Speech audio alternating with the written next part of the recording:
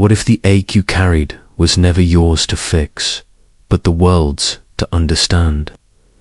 There are souls born with storms inside them, lightning behind their eyes, oceans in their chests.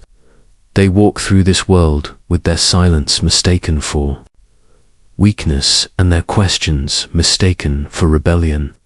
From the earliest breath they feel it, that unbearable contrast, that trembling dissonance between who they are and what they are expected to be. And no matter how they try to explain, to shape themselves into acceptable forms, they are met with quiet walls and louder judgments. But what if the very feeling of being different was not a curse, but a compass? You remember it, don't you? That first moment when you realized you didn't belong. It wasn't loud. It didn't announce itself with thunder. It came quietly like a ripple in a still lake, like a shadow that didn't match the shape of your body. You were just a child, and yet you could already hear the subtle hum of a world that didn't speak your language. A classroom of faces, all wearing the same invisible mask, and there you were, unable to find your own. They asked you to raise your hand, to color inside the lines, to recite truths you hadn't tested. But something inside you whispered, no, not like this. And they called you difficult, sensitive, strange, too quiet, or too loud, or too intense. And you tried, didn't you? You tried to wear the skin of the world like a second coat, but it never fitted, itched, it burned. It made you forget the warmth of your own soul. They said, be realistic, but realism tasted like ash in your mouth. They said, grow up, but you knew that meant shrinking down, so you drifted. You became an exile in plain sight. You laughed when you were supposed to, nodded when expected, but the deeper river in you ran elsewhere. You listened to music that others couldn't hear. You found language in silence, poetry in the space between footsteps, God in the cracks of your own breaking. And the world, oh, the world took your difference as defiance. But what if you weren't rebelling? What if you were remembering? Because there are things in you that were never taught. Truths that came with you like scars carved into the soul before birth. You didn't learn how to feel the undercurrent. In a room, how to see through eyes that wear masks, how to hear sorrow in a smiling voice. You just knew, you've always known, and that knowing that quiet inner compass is not a malfunction. It is the echo of something older than civilization, older than time. They want you to explain it, to justify why you are the way you are. But how do you explain the way the wind feels when it moves through leaves?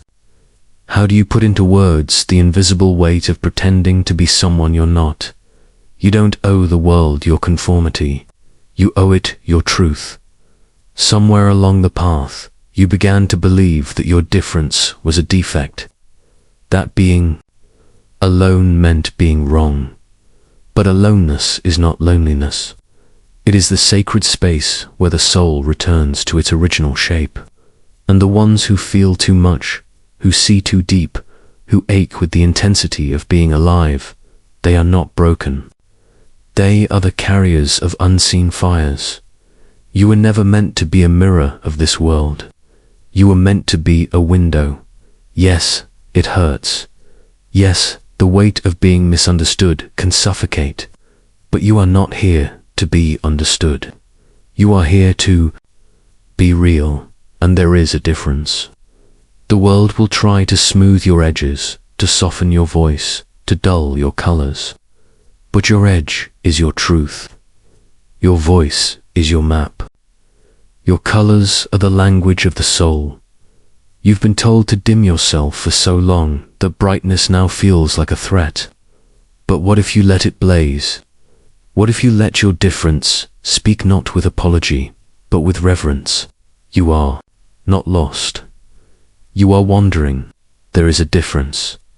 And the forest that surrounds you now, the the silence, the solitude, the endless aching nighted, is not your enemy, it is your initiation. Every soul that has ever awakened has walked through this dark. Every prophet, every artist, every poet who carved a new sky out of silence, they all passed through the same fire. You are not too much. You are not too little.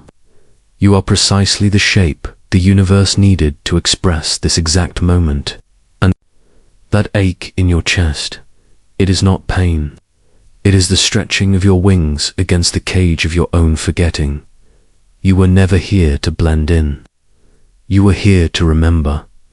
You see, there are seasons of the soul, times when everything feels barren, empty, meaningless. But even in winter, the roots deepen. Even in stillness, the tree dreams of blossom. And though no one may see your becoming, it is happening, in the silence, in the ache, in the unspoken dots. So when you walk into a room and feel the pull to pretend, to shrink, to shapeshift into something more palatable, pause, breathe, and remember who you are. You are not a copy, you are not a repeat. You are the first and last of your kind. The world does not need another echo. It needs your voice. And yes, it will be lonely at times. There is a certain solitude that comes with truth.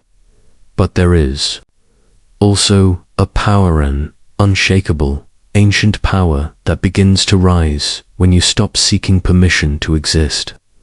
When you stop looking for home in the eyes of those who cannot see you.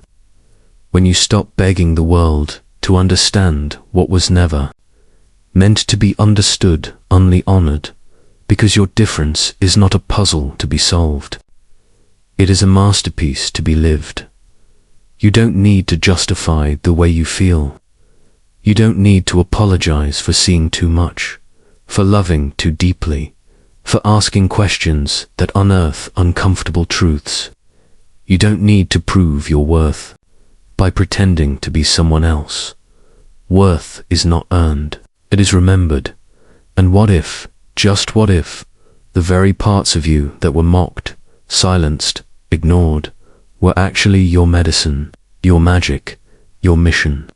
You are right to feel different, because you are right to question the rituals of a world asleep, right to feel the cracks in the foundations others swear are solid, right to hear music in chaos, meaning in madness, love in the broken, right to leave, right to stay, right to not know what you are becoming, but still trust the becoming, right to feel like an alien in your own hometown, like a prophet in a land that has forgotten how to listen, right to grieve a world that never saw you, right to rage at a system that rewards the shallow and punishes the deep, right to retreat, right to rise, right to not be okay, right to be radiant in your ruin.